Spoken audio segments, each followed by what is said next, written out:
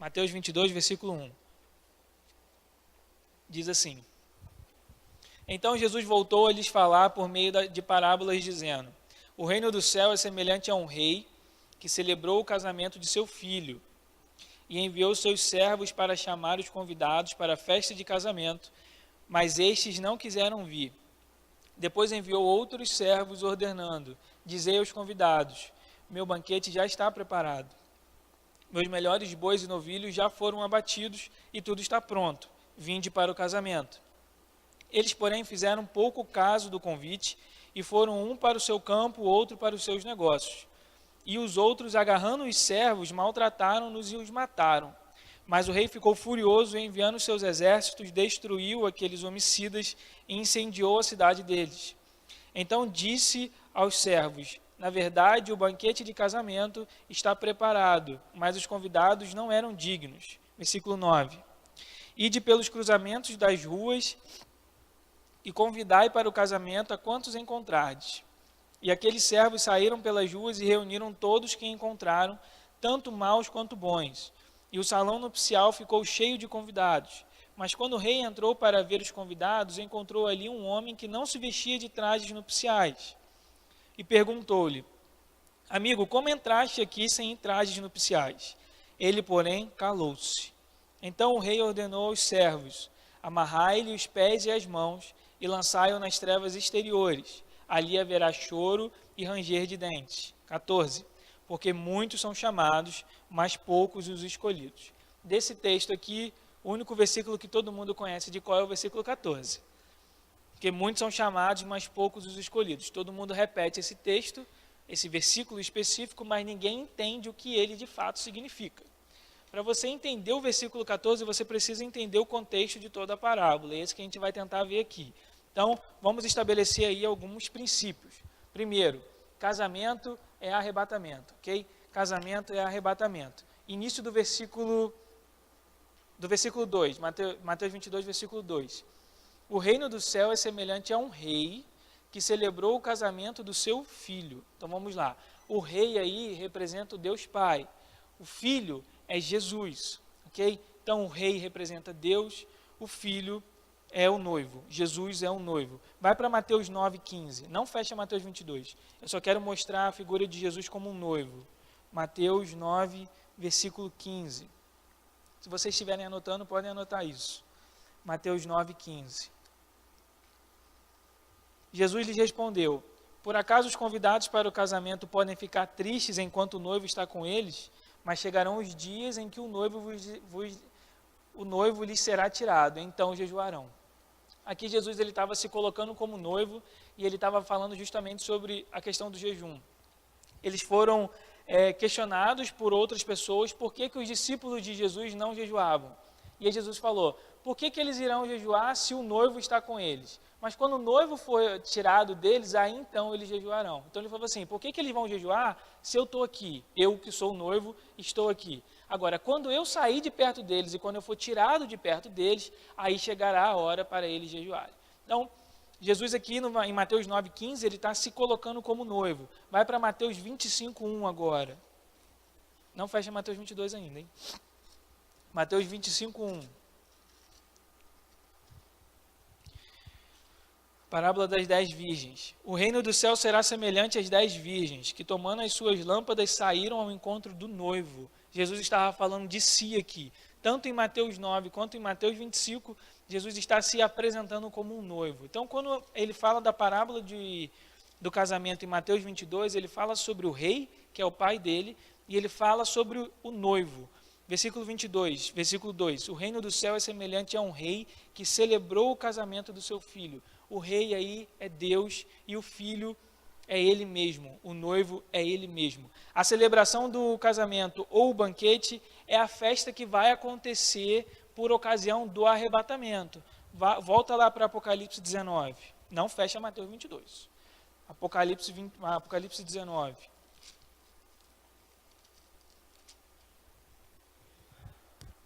Tem, é o mesmo slide. Apocalipse 19.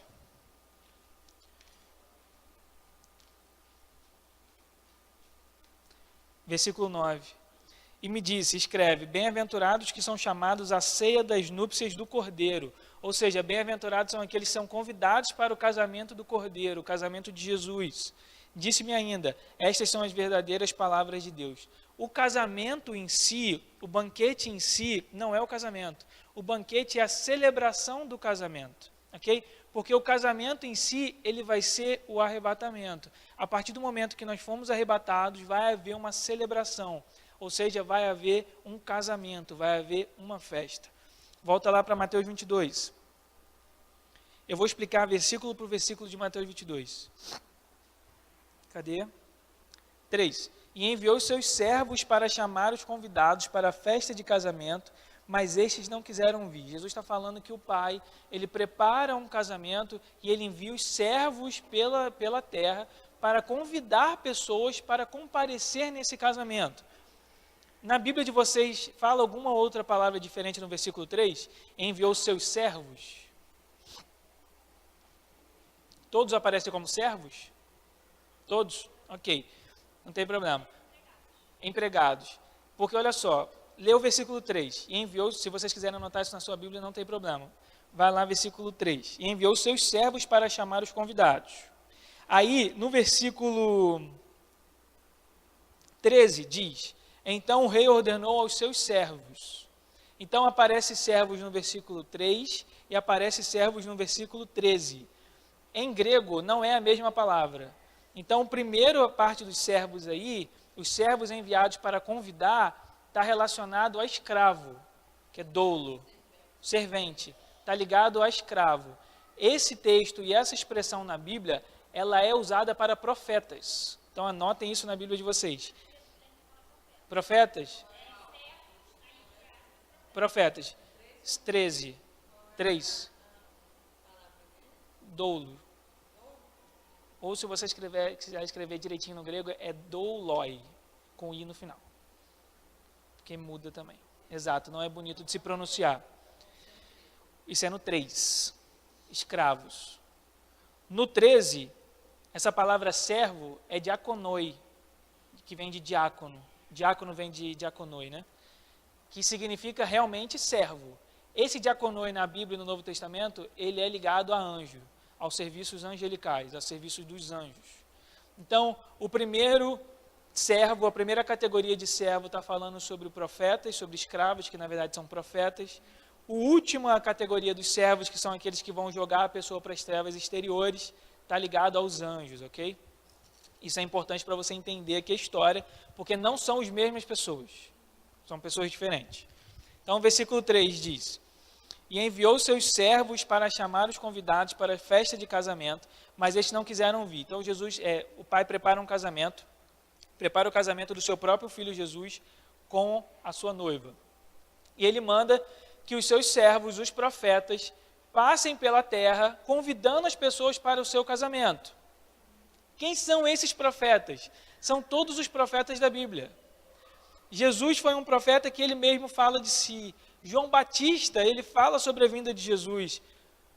João Batista, ele fala sobre a vinda de Jesus, ele fala para se arrepender dos pecados, porque o noivo está vindo, o Senhor está vindo. Isaías fala sobre a vinda de Jesus. Todos os profetas do Antigo Testamento, inclusive os profetas do Novo, João Batista e Jesus, eles falam sobre a vinda do noivo e eles chamam o povo para este casamento. Que povo é esse que é chamado para o casamento? Que povo é esse? Então vamos ler de novo. Versículo 3. Enviou seus servos para chamar os convidados para a festa de casamento, mas estes não quiseram vir. Depois enviou outros servos, ou seja, outros profetas, ordenando, dizei aos convidados, meu banquete já está preparado, meus melhores bois e novilhos já foram abatidos, e tudo está pronto. Vinde para o casamento. Eles, porém, fizeram pouco caso do convite e foram, um para o seu campo e outro para os seus negócios. E os outros, agarrando os servos, maltrataram-nos e os mataram. Que povo é esse? Que foi convidado... São os judeus. O povo que foi convidado para o primeiro casamento e negou Jesus foram os judeus. Jesus mesmo fala, eu vim para os meus, mas os meus não me quiseram. é justamente esse povo que foi primeiramente convidado e rejeitou a Cristo que Jesus está falando aqui. E não apenas rejeitou. Primeiro, versículo 3, ele manda chamar, e eles negam. Versículo 3, ele manda chamar e eles negam. Versículo 4, depois enviou outros servos, ou seja, ele manda chamar de novo. O que isso mostra? Isso fala sobre, anotem se vocês quiserem anotar isso. Isso fala sobre urgência, isso fala sobre graça e fala sobre compaixão. Ok? Urgência, graça e compaixão. Urgência, graça e compaixão. Era tão urgente que, em vez de ele enviar apenas um servo, ele enviou vários, e ele enviou mais de uma vez. A graça está no fato de eles terem negado a primeira vez, mas o Pai, agindo com graça, deu uma segunda chance. E essa graça é um reflexo da compaixão de Cristo. É uma graça que reflete a compaixão do Pai, para que eles não fossem destruídos. Mas mesmo depois do primeiro e do segundo convite, olha o que eles fazem no versículo 5. Eles, porém, fizeram pouco caso do convite e foram um para o seu campo, outro para o seu negócio. Ou seja, eles não se importaram com o convite dos profetas. 6. E os outros, agarrando os servos, maltrataram-nos e os mataram. Olha o que diz Mateus 21, versículo 34. Está aí do lado da sua Bíblia. Mateus 21, versículo 34. 34 ao 36. Lê para mim, Elisa. Chegando a época da safra, enviou seus servos até aqueles lavradores, para receber os seus dividendos. Porém, os lavradores atacaram seus servos, a um espancaram, a outro mataram, e apedrejaram o terceiro. Então lhes mandou outros servos, em maior número do que da primeira vez, mas os lavradores os trataram da mesma maneira. Esse texto de Mateus 21 fala exatamente a mesma coisa de Mateus 22, versículos 5 e 6. Versículo 36. Enviou ainda outros servos em maior número do que os primeiros e fizeram o mesmo com eles. Ou seja, todos os profetas que foram enviados para chamar a primeira vez, para chamar o povo judeu para o casamento, falando, olha, o Messias está vindo, o Messias chegou, eles não apenas rejeitaram a mensagem dos profetas, como eles perseguiram e mataram os profetas. Mateus 22, versículo 7. Olha isso aqui que interessante. Mateus 22, versículo 7. Mas o rei ficou furioso e, enviando seus exércitos, destruiu aqueles homicidas e incendiou a cidade deles. Jesus estava profetizando aqui pela primeira vez a destruição de Jerusalém. Antes de eu explicar isso aqui, vai para Lucas 13. Não fecha Mateus 22. Lucas 13 fala sobre o lamento de Jesus sobre Jerusalém. Lucas 13, versículo 31. Lucas 13, versículo 31.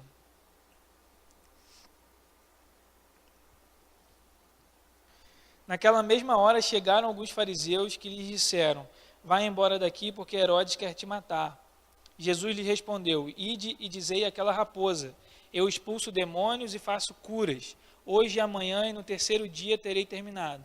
Contudo, é necessário caminhar hoje, amanhã e no dia seguinte, porque não convém que um profeta morra fora de Jerusalém. Aí olha o que ele diz no versículo 34, que é o que nos interessa. Jerusalém, Jerusalém, que matas os profetas e apedrejas os que te são enviados. Quantas vezes eu quis ajuntar teus filhos como a galinha junta seus pintinhos ou seus filhotes debaixo das asas e não quiseste. Jerusalém, que matas os profetas e apedrejas os que te são enviados. É exatamente o que Jesus fala em Mateus 22, versículo 6. E outros, agarrando os servos, maltrataram-nos e os mataram. Jerusalém e todo o povo judeu foi um povo que, quando ouviu os profetas falando sobre a vinda de Jesus, não apenas rejeitaram a pregação dos profetas, como matou esses profetas. A consequência dessa matança e rejeição da mensagem dos profetas é justamente o versículo 7. Mas o rei ficou furioso e enviando seus... Que rei é esse? Deus. Deus ficou furioso enviando seus exércitos, destruiu aqueles homicidas e incendiou a cidade deles. Isso aqui acontece em 70 anos depois de Cristo. Jesus morre, ressuscita. Depois de 70 anos, Jerusalém ela é sitiada pelo general Tito. Jerusalém é cercada por Tito. O cerco dura aí em torno de 3 anos, mas ela é cercada por Tito. E no ano 70 depois de Cristo, Jerusalém ela é tomada pelo exército romano, judeus são mortos, são espalhados pela Palestina, a cidade é queimada e o segundo templo, o templo de Salomão, que na verdade não é o templo de Salomão, mas foi o templo reconstruído depois ali de Esté com Zorobabel, ele é queimado e ele é demolido. Tanto que depois, no ano 70 depois de Cristo, quando o segundo templo ele é destruído, até hoje ele não foi reconstruído. Esperamos a reconstrução, dessa vez, do terceiro templo, né? Isso acontece em 70 anos depois de Cristo com Tito. Versículo 7. Mas o rei ficou furioso, enviando seus exércitos, destruiu aqueles homicidas e incendiou a cidade deles. Essa é a primeira profecia de destruição que Jesus dá contra a cidade de Jerusalém. É muito interessante porque isso acontece exatamente 70 anos depois. Aí Tito... Depois de um tempo, ele vai virar e vai se tornar imperador de Roma. A cidade, preste atenção nessa história de Tito. A cidade ela é destruída em 70 depois de Cristo. Tito vira imperador em torno de 79, se eu não me engano, depois de Cristo. Porque o pai dele morre e ele assume. O império e o reinado de Tito ele foi muito breve. Tito só governou de 79 a 81. Ele morre muito cedo, ele morre com uma febre lá misteriosa, ele morre muito cedo e o reinado dele é marcado por vários desastres. Então, por exemplo, não sei se vocês já viram aquele filme Pompeia. Já viram Pompeia? Que é aquela cidade romana que ela é destruída pelo Vesúvio, pelo vulcão. Tem esse filme, é conhecido aí, tem várias coisas. Acontece durante o reinado de Tito. Acontece no período de 2 anos em que Tito reinou como imperador. Não apenas Pompeia foi destruída, como Hercule também foi, que é uma cidade que ficava do lado de Pompeia, Herculano. Pompeia e Herculano foram destruídas pelo Vesúvio e Roma sofre o seu primeiro grande incêndio. Boa parte da cidade de Roma foi destruída. Isso é muito interessante, porque ninguém levanta a mão, ainda que graças a um julgamento, mas ninguém levanta a mão contra os judeus e contra Jerusalém, e contra o templo, e fica impune. Tanto é que logo depois Tito morre muito cedo, o seu reinado não dura nada, e 3 cidades foram destruídas. Ele destruiu uma, que foi Jerusalém, e 3 cidades romanas foram destruídas, Pompeia, Herculano e a própria capital romana. Okay? Isso é muito interessante, versículo 7, mas o rei ficou furioso, enviando seus exércitos, destruiu aqueles homicidas e incendiou a cidade deles. Jerusalém foi sitiada e foi destruída porque eles não reconheceram a voz dos profetas que estavam anunciando a vinda de Jesus e o casamento com o noivo. Versículo 8. Então disse aos seus servos: na verdade, o banquete de casamento está preparado, mas os convidados não eram dignos. Aí começa. Deus fica tão furioso pelo fato dos judeus não terem, ou dos primeiros convidados não terem aceitado, que além dele decretar um julgamento por causa daquilo, ele muda os convidados. Ele diz assim: beleza, antes só eram vocês não querem vir, então eu vou convidar outras pessoas. Versículo 9. Isso, versículo 9, diz: ide pelos cruzamentos das ruas. Alguma versão fala diferente? Esquinas, mais alguém? Saída dos caminhos, mais alguém? Encruzilhado. Ide pelos cruzamentos das ruas e convidai para o casamento quantos encontrardes. Esse ide aos cruzamentos das ruas significa ide a todo o mundo. Então, antes, o convite de casamento era direcionado para um povo, que era o povo judeu. Porque eles não receberam e não aceitaram o convite, agora o convite ele é estendido para todo o mundo. Ide pelos cruzamentos das ruas e convidai para o casamento a quantos encontrardes. Ou seja, em vez de ser só o judeu, vai ser todo mundo. Versículo 10. E aqueles servos saíram pelas ruas e reuniram todos que encontraram, tanto maus quanto bons. E o salão nupcial ficou cheio de convidados. Mas por que aqui está falando de maus e bons? Porque era assim que era feita a distinção entre judeus e gentios. Os judeus, eles eram chamados de bons. E os gentios, eles eram chamados de maus. Não quer dizer que esse mal aqui eram pessoas de pecado, eram pessoas ruins, não é nada dizer, não tem nada a ver com isso. Quer dizer que eles eram gentios, ou seja, eles não eram judeus. Eles podiam, hoje seriam brasileiros, seriam americanos, seriam, sei lá, australianos, ingleses. Seria os povos gentios, os que não são judeus. Então, o que diz no versículo 10? E aqueles servos saíram pelas ruas, ou seja, os profetas saíram pelas ruas, e reuniram todos os que encontraram, tanto maus quanto bons, e o salão nupcial ficou cheio de convidados. O salão de casamento estava cheio de convidados, tanto de maus quanto de bons, ou seja, tanto de judeus quanto de gentios. O fato de Jesus ter vindo para os seus e os seus terem negado, terem rejeitado a ele, não significa, preste atenção nisso, não significa dizer que a igreja substitui Israel. Não significa dizer que Israel foi rejeitada para sempre e nós tomamos o lugar de Israel. Isso foi ensinado muito na década de 90, no mundo, em todas as igrejas, falando que a igreja substitui Israel. Isso é uma heresia, isso não tem base bíblica e não existe essa substituição de igreja em relação a Israel. Vai existir sempre Israel e a igreja vai estar junta, ok? Nós fomos enxertados na videira. Existem os ramos naturais e existem os ramos enxertados. Os ramos naturais é Israel, são os judeus. E nós somos os ramos enxertados, ok? Foi para ambos. Essa segunda chance foi para ambos. Tanto que no versículo 10 fala que o salão nupcial estava cheio de maus e bons. Ou seja, estava cheio de gentios e de judeus. Então, se você ouvir alguém falar isso, não, porque a igreja substitui, eu já ouvi muito isso. A igreja substitui Israel. Mentira. Não substitui. Da mesma maneira que nem todas as promessas relacionadas a Israel valem para a igreja.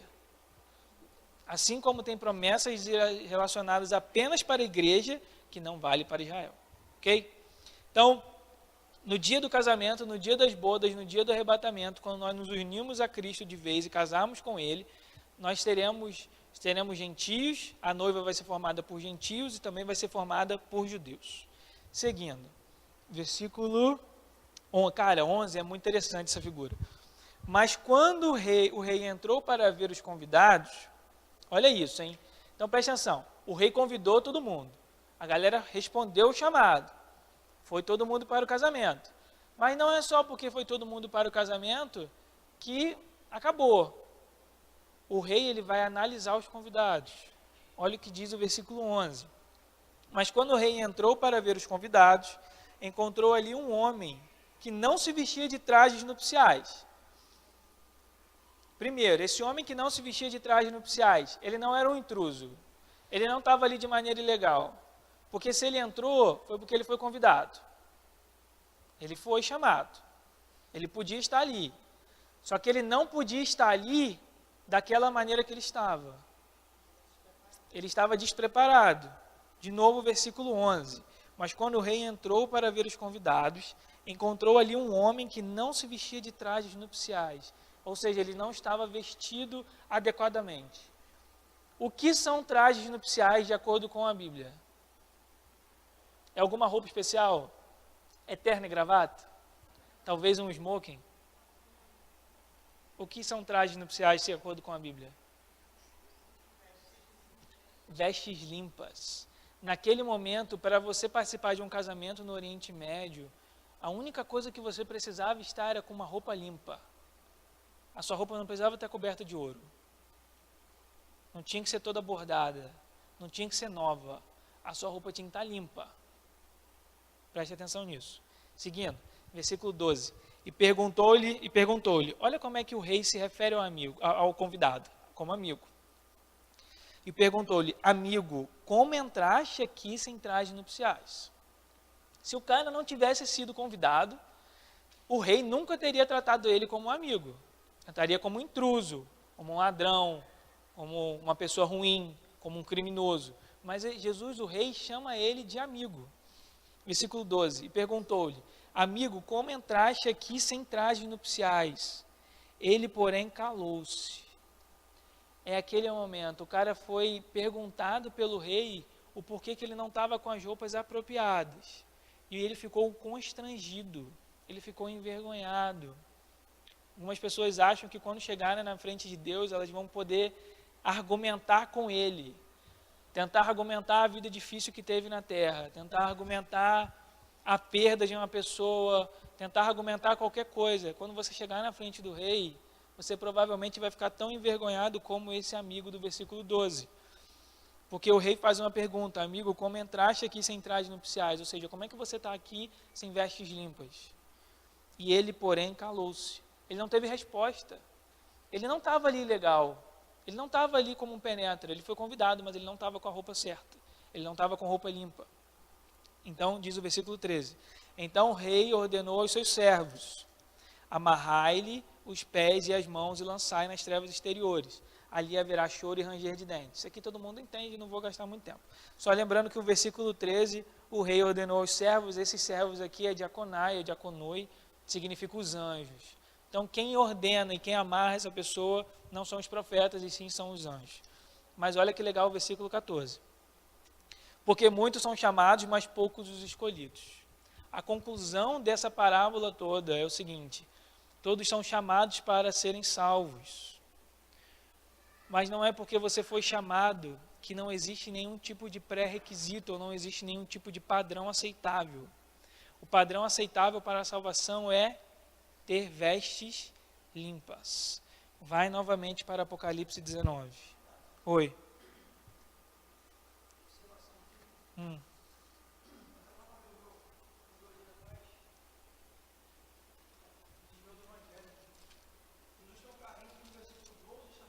Sim. Sim.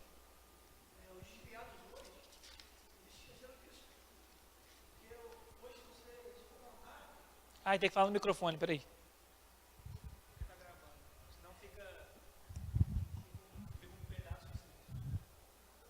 Tem uma atenção aqui especial no versículo 12 e 13. E Jesus fala com carinho no versículo 12, chamando de amigo, e no 13 manda o cara para o inferno.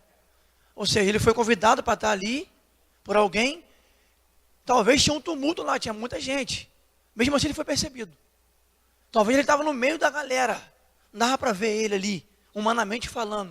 Uma multidão, a galera. Não dava para ver ele humanamente falando. Só que Jesus, né, sabe de todas as coisas. Ele viu um rapaz lá, fora daquele... Ele não podia estar ali perante o Senhor. Perante o convidado ele podia estar. Rapaz, Jesus não. Então hoje os desviados estão assim. Falei com um amigo meu que está fora do evangelho um tempo atrás, 2 dias atrás, falando para ele retornar da importância do Senhor, de ser salvo. Falando para ele do céu. Ele, vou voltar e tal, não sei o quê. Mas infelizmente as pessoas estão assim hoje em dia. Desvia, estão com a roupa suja, não estão nem aí.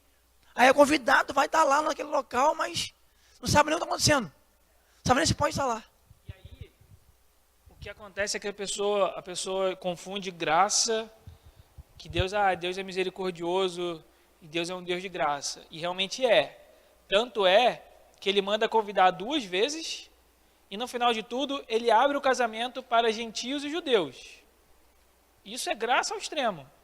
Em vez de ele convidar uma vez, ele convida 2 e depois ele abre o casamento para todo mundo. Só que apesar dele ser gracioso e chamar e convidar todo mundo, ele é um Deus justo. A Bíblia fala que ele é santo, ele é um Deus de santidade, ele é um Deus de limpeza. E Deus não muda os seus padrões. Deus não muda os seus padrões.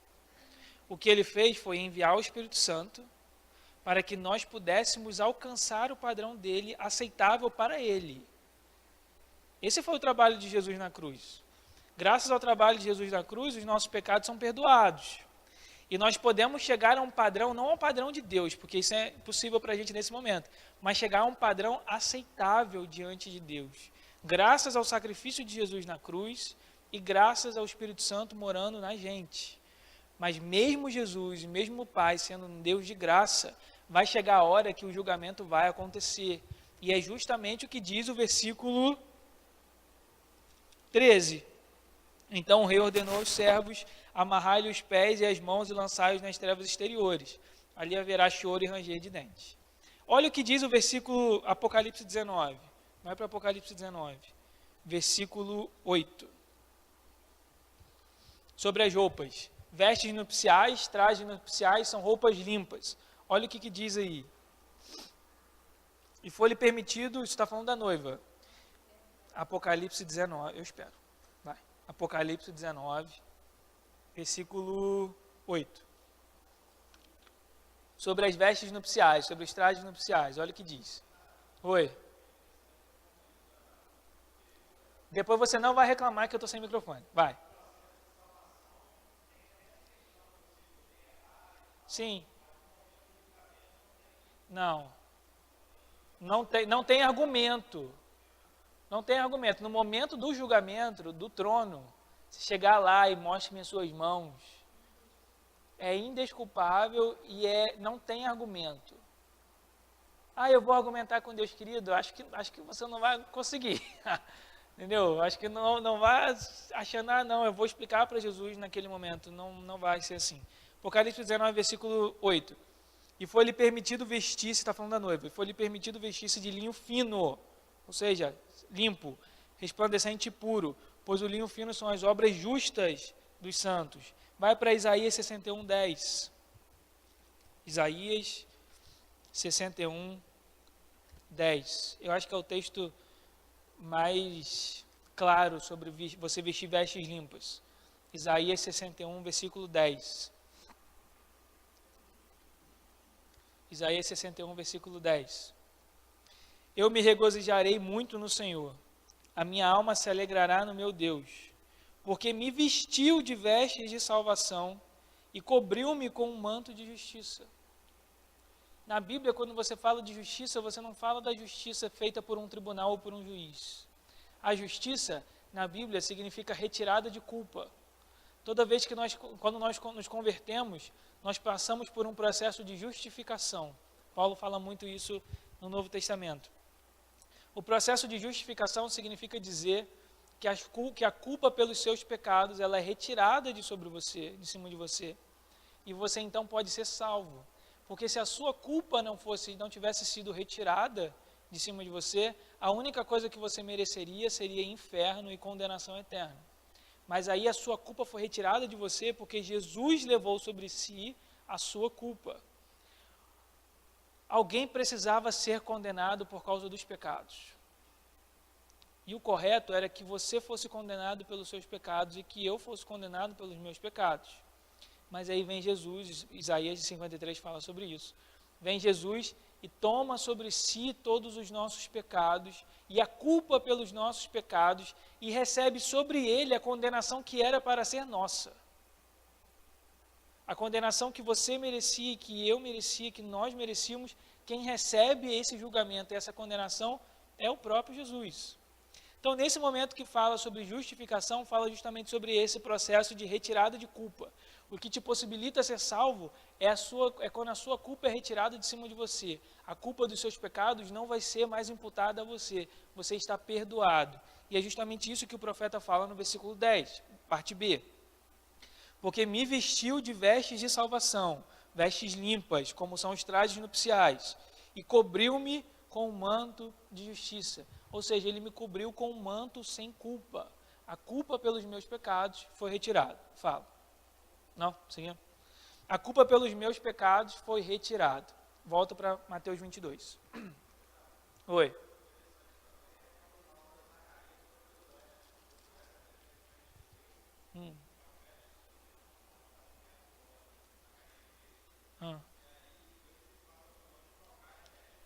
É Zacarias 3 o quê? Abre Zacarias 3 todo mundo.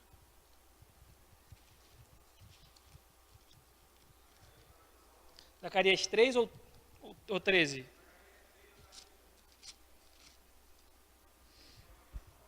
Aham.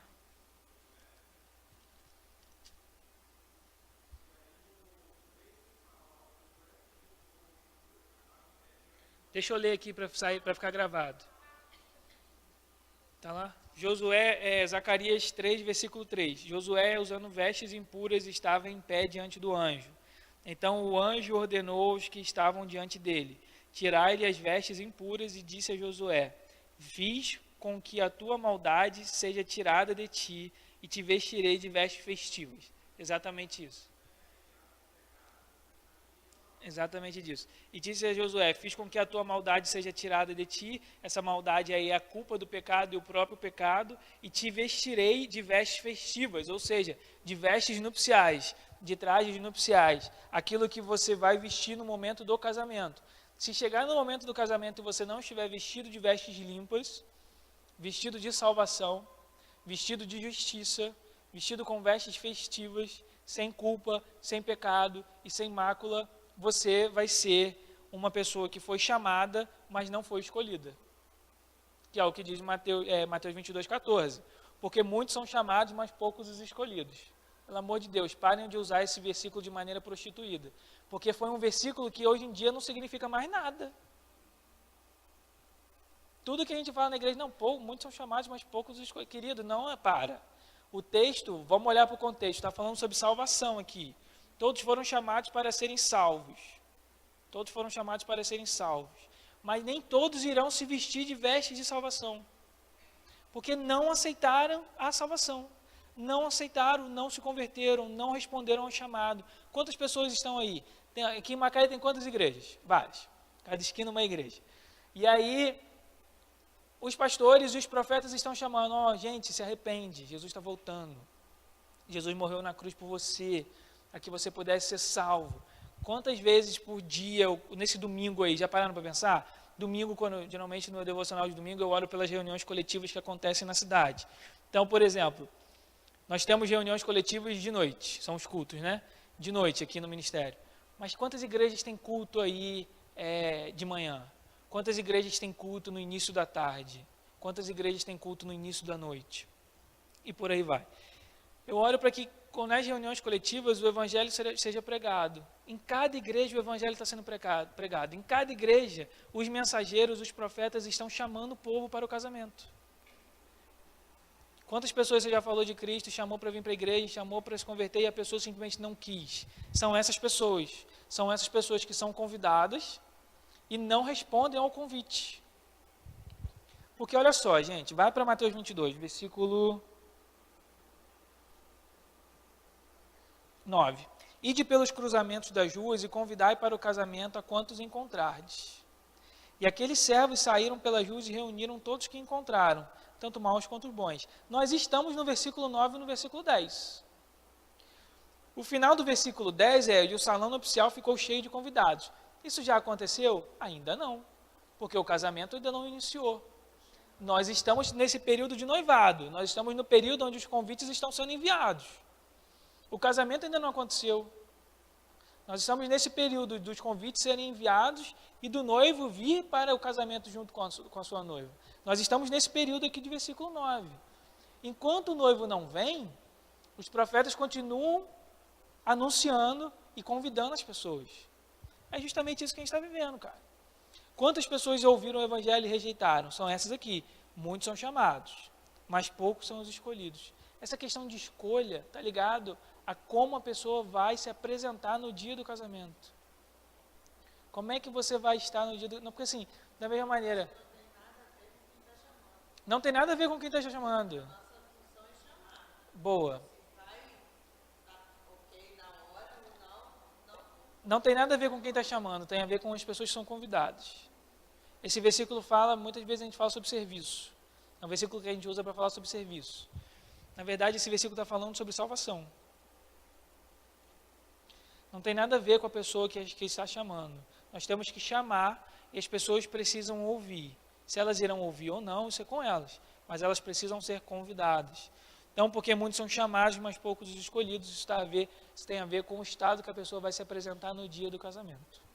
Tudo bem? Então, ele está comparando, então, uma recapitulação para a gente passar. Jesus está falando que o reino de Deus... Deixa eu ver se eu esqueci de falar de alguma coisa. Jesus está falando que o reino de Deus, então, ele é semelhante a um casamento. Que o rei vai celebrar é o casamento do filho do rei, de Jesus, com a sua noiva. Ok? Para esse casamento, Jesus e o Senhor mandam os seus profetas para convidar as pessoas para comparecer no casamento. Mandou primeiro para os judeus não aceitaram. Não apenas não aceitaram, como maltrataram e mataram os seus profetas, esses mensageiros. Isso levou à destruição de Jerusalém em 70 depois de Cristo por Tito.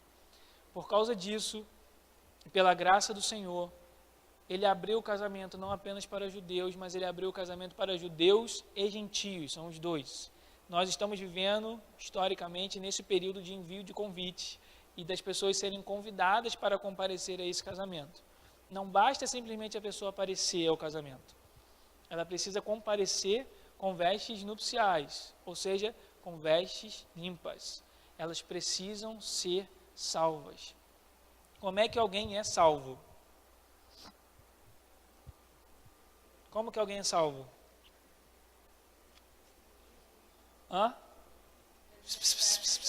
Como que alguém é salvo? Não, ok, pela fé. Caraca, 5 solas da reforma. Muito bem, a salvação é pela fé, ok. Glória a Deus. Mas não é isso que eu estava querendo ouvir. Como é que alguém recebe? Como é que alguém é salvo? Falei já. Como é que alguém é salvo? Aceitando Jesus ou recebendo Jesus. Isso não é muito correto. Essa terminologia que a gente usa, né? Aceitando Jesus ou até mesmo recebendo. Está recebendo? Qual é o versículo? Abre aí. Porque o ideal e talvez o mais correto é o confessar. É o confessar e o receber, né? Porque assim, o confessar é você reconhecer publicamente que Jesus Cristo é o seu suficiente Salvador. Reconhecer. Bom, reconhecer é um bom. Quando você confessa, você reconhece. Porque você admite. Exatamente. O aceitar é meio estranho, né? Porque nós é que fomos aceitos por Ele, não o contrário. E parece que a gente tem a questão de saber se ela é bom o suficiente para que eu aceite ou não. Quando eu te faço uma oferta, você analisa se a oferta é boa ou não. E dependendo da sua análise, você rejeita a oferta. Jesus não é passível de rejeição, porque é a melhor coisa que qualquer pessoa possa ter. Ok? Então esse é o momento da salvação, o momento que você vai vestir os trajes nupciais, é o momento onde você confessa Jesus como seu Senhor e seu Salvador. Ok? Passando. Abre rapidinho para Filipenses 3:20. Eu tenho 5 minutos. Filipenses 3:20. São textos que falam sobre o arrebatamento, tá?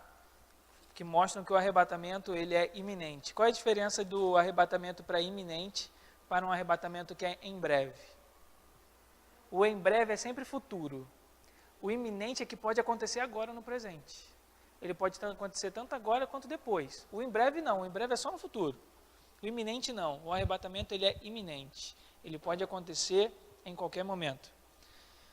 Filipenses 3:20.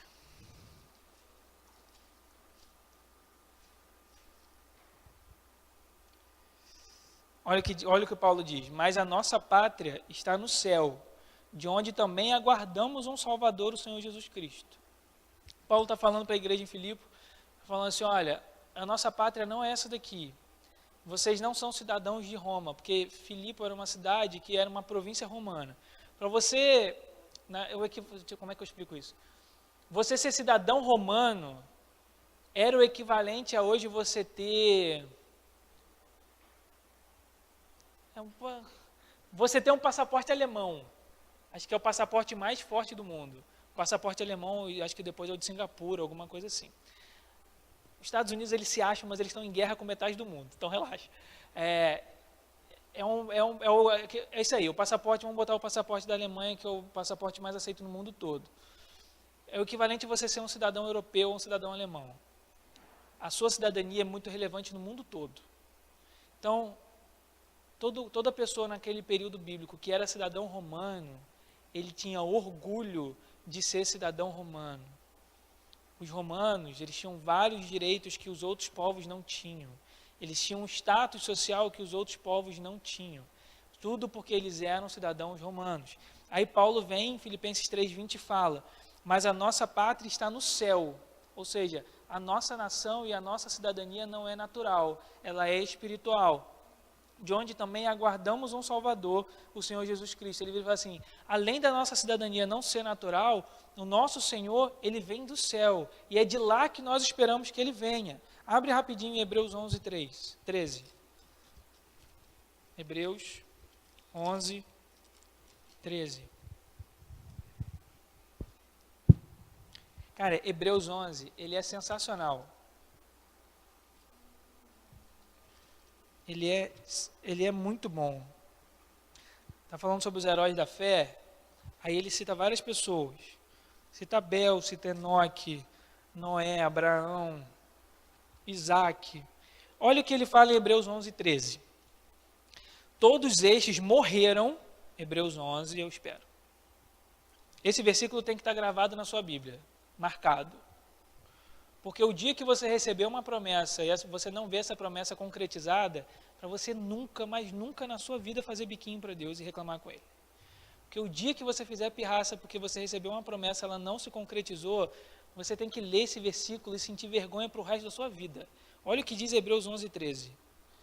Todos estes morreram, mantendo a fé, sem ter recebido as promessas, mas tendo-as visto e acolhendo-as de longe, declararam ser estrangeiros e peregrinos na terra. Todas essas pessoas que estão no rol dos heróis da fé receberam promessas que eles nunca viram ser concretizados. Abel nunca viu a promessa ser concretizada, até porque ele foi assassinado. Abraão também nunca viu. Isaac também nunca viu. Aí vem o autor de Hebreus e fala: todos estes morreram, mas eles mantiveram a fé, sem ter recebido as promessas, mas tendo-as visto e acolhendo-as de longe, declararam ser estrangeiros e peregrinos na terra. Ou seja, eles admitem que eles não eram cidadãos naturais, eles não eram moradores da terra, eles eram estrangeiros e peregrinos aqui. Billy Graham, quando morreu, e morreu tem pouco tempo, ele falou: minha casa está nos céus, eu estou apenas viajando por esse mundo. Ele entendeu esse versículo de Hebreus 11:13. Que a mesma coisa que ele fala, ó, declararam ser estrangeiros e peregrinos na terra, foi o que Billy Graham declarou. A minha casa está no céu, eu estou apenas viajando por este mundo. Vai rapidinho para 1 Pedro 2, para eu terminar. 1 Pedro 2, versículo 11. Amados, exorto-vos como a peregrinos e estrangeiros, a vos absterdes dos desejos carnais que combatem contra a alma. Ele vira e fala assim, 1 Pedro 2:11. 1 Pedro 2:11. Amados, exorto-vos como a peregrinos e estrangeiros. Ele vira e fala assim, olha, se comportem como peregrinos e estrangeiros. E se abstenham dos desejos da carne que combatem contra a alma. Ele vira e fala assim, olha, se comportem como se vocês fossem estrangeiros, porque vocês não são cidadãos naturais. A sua pátria está no céu, como diz em Filipenses 3:20. A sua cidadania é a cidadania celestial. Vocês fazem parte do céu e vocês devem ter isso em mente. Porque é do céu que vem o nosso Salvador. Quando nós esperamos o arrebatamento, nós não esperamos que Jesus vai nascer novamente. Amém? Ninguém acha que Jesus vai nascer novamente, a Bíblia não diz isso. A gente espera que Jesus volte do céu, ele desça do céu, ele encontre com a sua igreja e case com ela. Nesse momento vai acontecer o casamento. Amém? Fala. Bota lá o versículo de novo, por favor.